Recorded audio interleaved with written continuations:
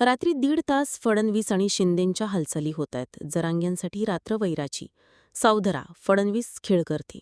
2 मराठा नेते उपमुख्यमंत्री आहेत, एक ब्राह्मण चेहरा मुख्यमंत्री. शिंदेंनी तर छाती ठोक सांगितलं होतं, मी मराठा मुख्यमंत्री. दाढी कुरवाळू, माथी लाल टिळा. तुमच्या खेळीला जरांगे आणि मराठा समाज त्यावेळी भुलला. 29 ऑगस्ट ही ती तारीख आहे ज्याची आठवण आज हजारो मराठे एकत्रित आल्यानं होतीये. ही तारीख आहे लाठीचारची. ही तारीख आहे समाजासाठी 10 दिवस उपाशी राहिलेल्या जरांग्यांची.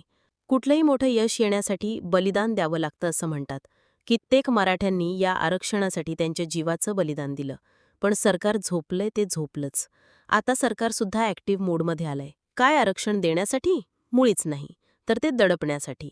कारण आता आरक्षण या मुद्द्याभोवती फक्त आंदोलन किंवा उपोषण नाही, तर थेट सत्ता उलथवली जाईल इतकी ताकद ही आंदोलनात आहे.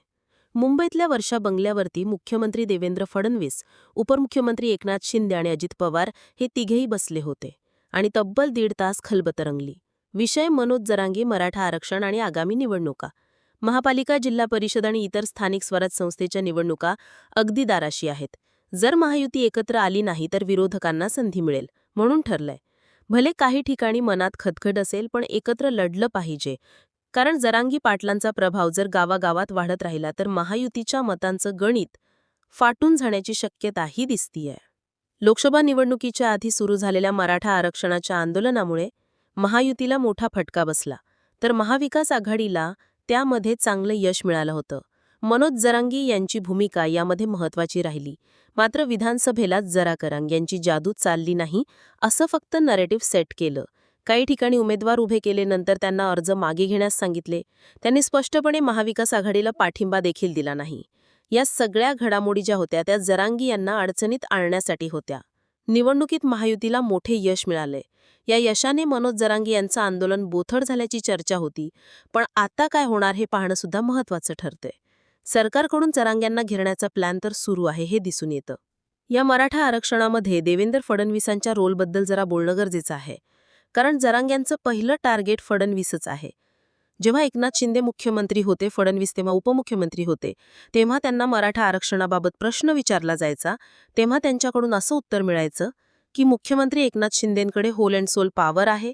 मुख्यमंत्रीच हे करू शकतात आणि मुख्यमंत्र्यांनी त्यांचा निर्णय घ्यावा. मी कुठेही यातमध्ये पडणार नाही, अडथळा आणणार नाही. आणि एवढंच नाही तर मी अडथळा आणला तर राजकारण सोडून देईल, संन्यास घेईल. हे बोल होते देवेंद्र फडणवीसांचे. या उलट आता जेव्हा मुख्यमंत्री फडणवीस ती मुख्यमंत्री पदावर आहे आणि आता जेव्हा त्यांना हे विचारलं जातंय, तेव्हा ते काय म्हणतायत की पोलीस पाहून घेतील. म्हणजेच सरकारचा आधीच गोंधळ घालवायचा काही प्लॅन आहे का? जरांगे शांत मोर्चात पोलिसांची गरज का पडणार? मुंबईत आंदोलन मोर्चे हे काही पहिल्यांदाच होत नाहीये. आणि पोलीसच जर पाहून घेणार असतील, काही कारवाया करणार असतील, तर त्यांना सरकारनं तर काही सूचना दिल्या नाहीत ना. अंतरवाली सराठीतील लाठीचार्जात महत्त्वाचा आदेश दिलेला होता फडणवीस साहेब तुम्हाला बघतो. मोर्चा आधीच या विषयावर तोडगा का काढला जात नाही, असा जरांगे यांच्या बाबतीत प्लॅन आखल्याच्या बाबत काही हिंट्स देणारा संपूर्ण प्रकार जो आहे तो समोर येतोय.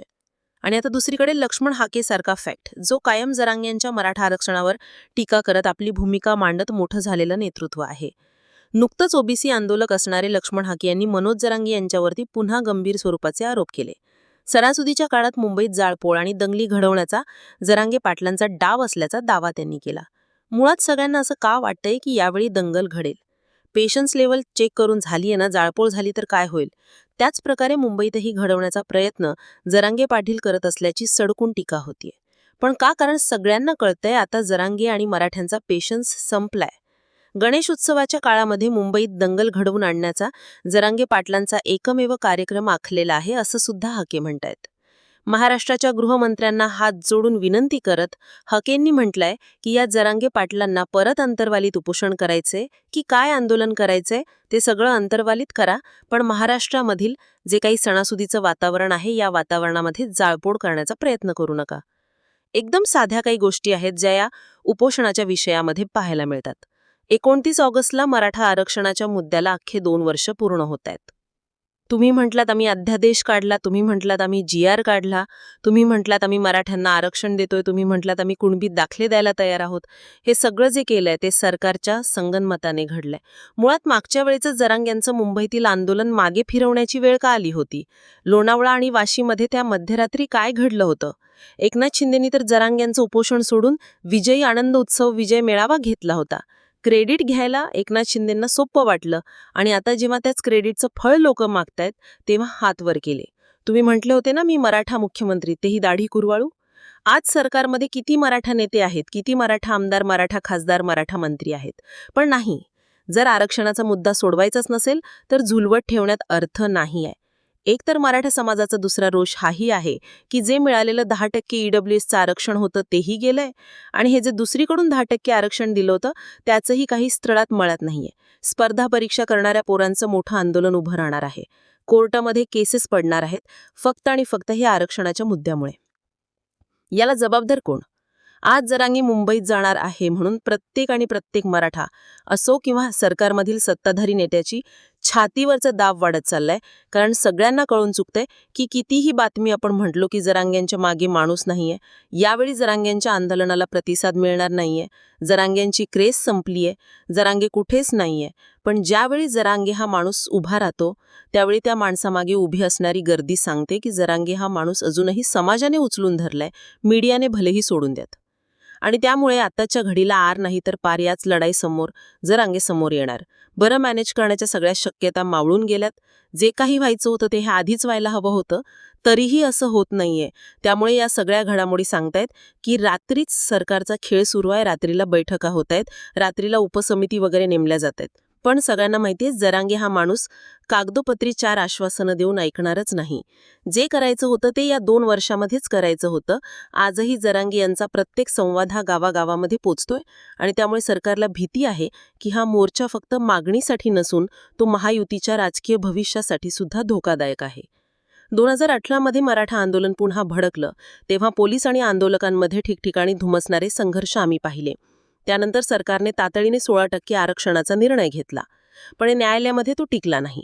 2021 मध्ये सुप्रीम कोर्टाने मराठ्यांचं आरक्षण रद्द केलं तेव्हा पुन्हा एकदा लाखोंनी मराठा रस्त्यावर उतरायचा होता. त्यावेळीही सरकारच्या बंद दरवाजांमागे बैठका आणि फक्त बैठका झाल्या, पण तोडगा निघाला नाही. तर आता 2025 मध्ये परिस्थिती तशीच आहे. फक्त फरक एवढाच की आंदोलनाचा चेहरा बनलेत मनोज जरांगे. जरांगे हे गावोगावी जाऊन अगदी साध्या भाषेत आरक्षण आमच्या पोरांच्या भविष्यासाठी हवं आणि का हवं हे सांगतात. त्यात कोणतं मोठं राजकारण नाही, पण त्यांचं वजन अफाट आहे. हे समीकरण सोडवणं म्हणजे तलवारीच्या धारेवर चालण्यासारखं आहे.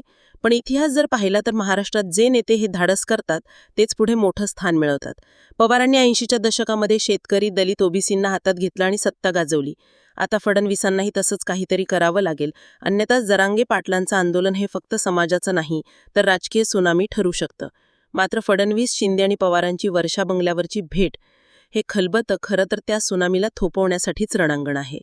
अजित पवार स्वतः ओबीसी समाजाला जवळ ठेवण्याचा प्रयत्न करतील. शिंदेंना ही गोष्ट ठाऊक आहे की ठाणे कोकणात मराठा समाजाची नाराजी त्यांना फटका देऊ शकते आणि फडणवीस मात्र पोलीस पाहून घेतील असं सांगून काहीतरी गुप्त प्लॅन आखतायत. प्रश्न एवढाच की हा प्लॅन आंदोलन दडपण्याचा आहे की खरंच समाजाला न्याय देण्याचा. आणि पोलीस पाहून घेतील आणि पोलीस पाहून घेताना जर हजारो मराठे रस्त्यावर असतील तर तुम्ही फक्त आणि फक्त यामध्ये पोलीस आणि मराठा समाज यांच्यामध्ये संघर्ष चिघळवताल आणि बाकी फक्त बघून घेताल. बघून घेतात सगळ्या.